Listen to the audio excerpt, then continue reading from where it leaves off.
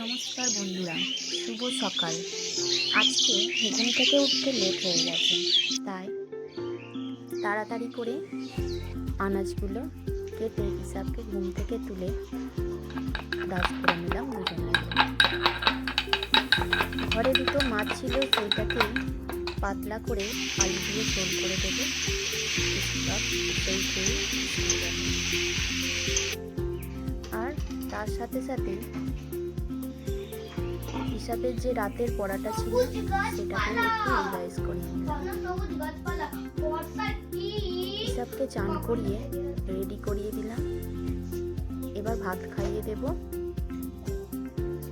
হিসাব নিজে নিজে ভাত খেতে পারে, কিন্তু আমি ওকে আজকে খাইয়ে দেব। আর সকালবেলা যদি ও নিজে নিজে ভাত খায় তাহলে সময়টা বেশি নষ্ট হয়ে যায়, তাই জন্য আমি ওকে খাইয়ে দেব। আর ও স্কুল থেকে যখন আসে ও নিজেই ভাত খায়। ওকে স্কুল পাঠিয়ে দিচ্ছি। এই যে যাচ্ছে সাইকেলে করে, আর সাইকেলটাকে আমাকে আনতে হবে, সেই জন্য আমাকে যেতে হয়। আর ওকে গাড়িতে তুলে দিয়েছি। এসব স্কুলে চলে যাবে, আর স্কুলে চলে গেলে আমারও একটু কাজের চাপ কমে। আজকের মতো এতটাই, ফিরে আসছি পরে।